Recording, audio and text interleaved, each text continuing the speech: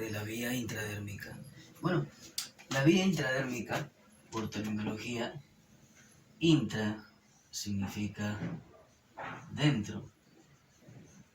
Es decir, que vamos a inyectar dentro del tejido dérmico, es decir, dentro de la dermis. Específicamente entre la epidermis y la dermis. En medio es donde nosotros vamos a inyectar. Va a haber muchas diferencias con la vía intramuscular y con la vía subcutánea. La primera diferencia es que nosotros ya no vamos a ingresar la totalidad de la aguja. Es decir, cuando hemos inyectado la vía intramuscular, ingresó toda la aguja. Cuando hemos inyectado vía subcutánea, ingresó toda la aguja. Esta vez solamente va a ingresar alrededor de 1/3 de la aguja. Es decir, la agujita tiene su bisel y lo que vamos a hacer, vamos a ingresar el bisel y un poquito más, es decir, más o menos 1/3 de la aguja, ¿correcto?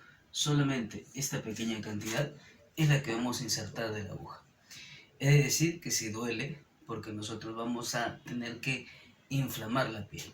¿Cómo así?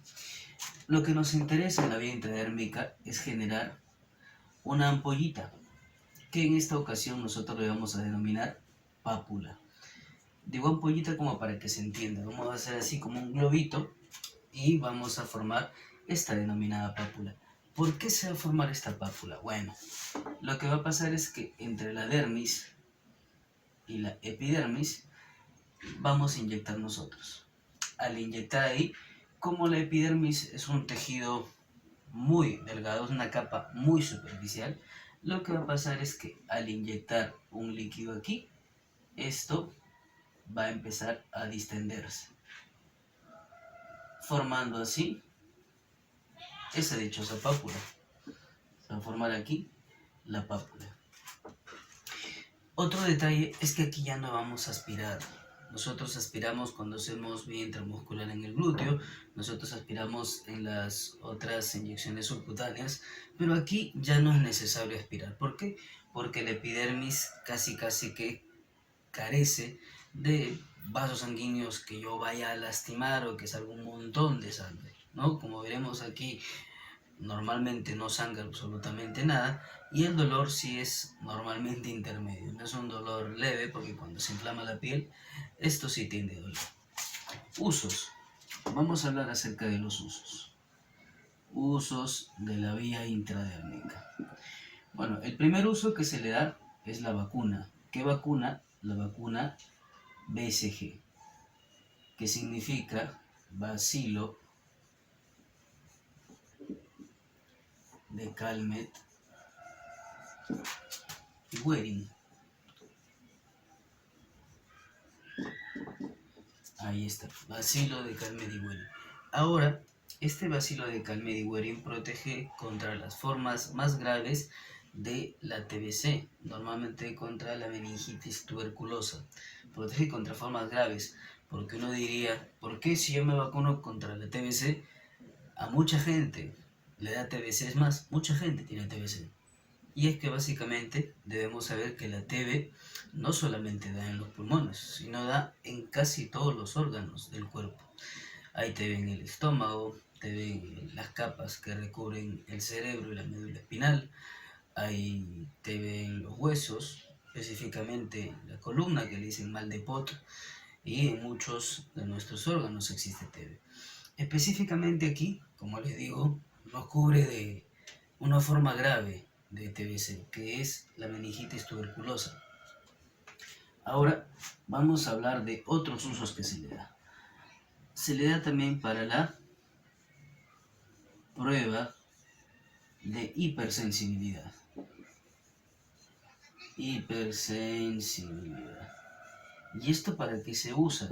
Dirán ustedes. Bueno, lo que sucede es que cuando yo me voy a inyectar un medicamento que uno podría ser alergia, el médico te hace una pregunta. Señor, buenos días, ¿usted es alérgico a la penicilina, por ejemplo? Uno podría dar 3 respuestas. Su primera respuesta podría decir, no, doctor, no soy alérgico a la penicilina. Si no eres alérgico, el médico te la va a recetar y te la van a administrar. Tu otra respuesta, que es la segunda, podría ser: doctor, sí soy alérgico a la penicilina. Entonces, en ese momento el doctor va a cambiar de antibiótico y te va a recetar otra cosa que no sea penicilina. Pero tu tercera respuesta podría ser: no sé, doctor. Entonces, cuando no sabes si eres o no eres alérgico, normalmente te hacen esta prueba de hipersensibilidad, que consiste en inyectarte 0.1 de el mismo fármaco diluido varias veces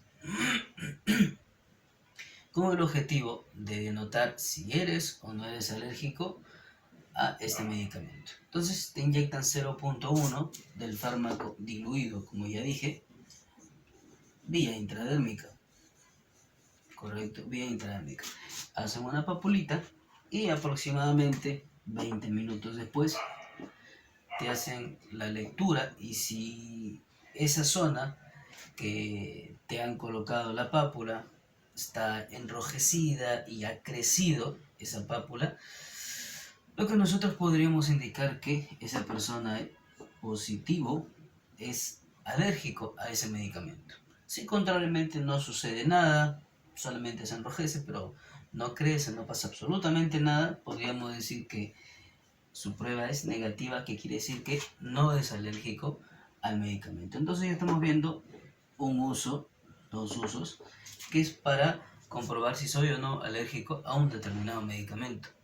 La tercera es la prueba o reacción de Mantoux.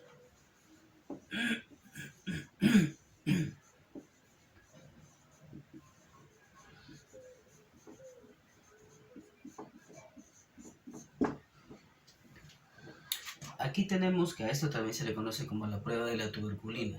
Básicamente se le denomina así porque con esto es que nosotros vamos a determinar si alguien tiene los anticuerpos de la TB. Para ello se le inyecta una solución llamada PPD, que es derivado proteico purificado, 0.1 nada más mililitros, vía intradérmica, y lo que nosotros queremos ver básicamente si el paciente tiene anticuerpos contra la TB. El protocolo normal es que si alguien, por ejemplo, tiene tos con flema por más de 15 días, ha bajado de peso, está inapetente, tiene fiebre, suda demasiado por las noches, es muy probable que tenga TB. Entonces, ¿qué se hace? Normalmente se le da 2 frasquitos para que haga una muestra de esputo. Posteriormente se le puede sacar también una plaquita de tórax para ver si hay TB, etc. Pero eso es cuando el paciente tiene síntomas. Pero ¿qué pasa si yo, por ejemplo, he tenido contacto con alguien que me entero por ahí que tiene TB?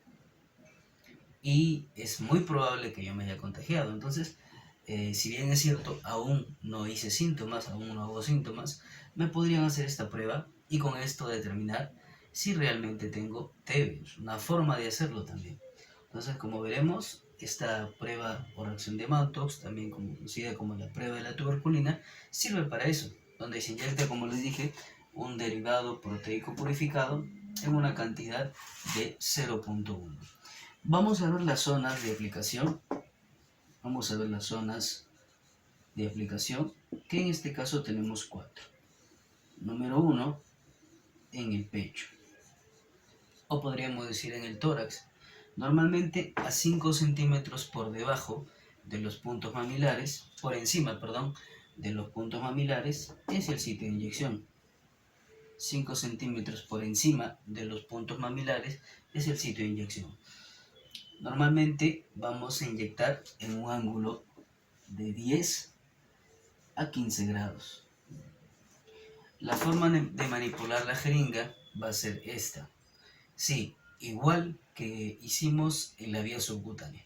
Vamos a manipular la jeringa de esta forma. Ahora tenemos la segunda zona. Tenemos en el hombro. También se le conoce como región deltoidea. Yo estoy en contra de decir región deltoidea, porque recordemos que el deltoides es un músculo y no estamos inyectando en el músculo. Como repito, si bien es cierto, dicen región deltoidea, yo prefiero decirle hombro, porque ahí se va a inyectar en el hombro. Normalmente en el tercio medio del hombro, ahí es el sitio de inyección. Aquí normalmente se pone en el hombro derecho la vacuna de BCG que se le coloca a todo recién nacido. ¿Correcto? Ahora, tenemos la tercera zona, que es la usada para estas dos pruebas normalmente, que es, por ejemplo, el antebrazo. El antebrazo en su cara anterior. Recuerden, posterior, anterior. En la cara anterior del antebrazo, que va desde el codo hasta la muñeca, todo esto lo vamos a dividir en 3 partes iguales, y en el tercio medio es mi sitio de inyección. En el tercio medio. Ahí está. Entonces, por último, tenemos como zona número 4 la zona interescapular. Así como hicimos en la vía subcutánea, aquí también vamos a hacer lo mismo. Diferencias, no ingreso toda la aguja. Diferencias, voy a un ángulo diferente. Diferencias, voy a hacer una pápula. En la vía subcutánea no hacía una pápula. La región interescapular, recordemos, en medio de los dos omóplatos, entre el omóplato y la columna, es mi sitio de inyección. Se prefieren estas zonas básicamente porque están libres de vellosidades. Recordemos que cuando digo antebrazo dije la cara anterior, porque normalmente en la cara posterior pues tenemos muchas vellosidades. Entonces se prefiere esta zona libre de vellosidades. ¿Por qué? Para ver las reacciones. Recordemos que aquí en la prueba de hipersensibilidad dijimos si se agranda, si se enrojece, pues es positivo. Entonces yo no podría ver ese agrandamiento, ese enrojecimiento, si es que estoy en una zona con muchas vellosidades. Lo mismo en la prueba o reacción de Mantoux, también se ve una reacción, por algo se llama reacción. Yo tendría que ver si esa pápula crece, se enrojece, etc. Ahora, muchas veces también se aparece como que necrosis, es normal. La lectura de la prueba de hipersensibilidad es normalmente a los 20 minutos en adelante, puede ser a la media hora, a los 35 minutos, normalmente es a los 20, pero aquí en la prueba de Mantoux es tardía, es entre las 48 a 72 horas. Es decir, el paciente regresa entre el segundo y el tercer día para hacer la lectura de la reacción o prueba de Mantoux. Y como vemos, tenemos estas 5 zonas de inyección.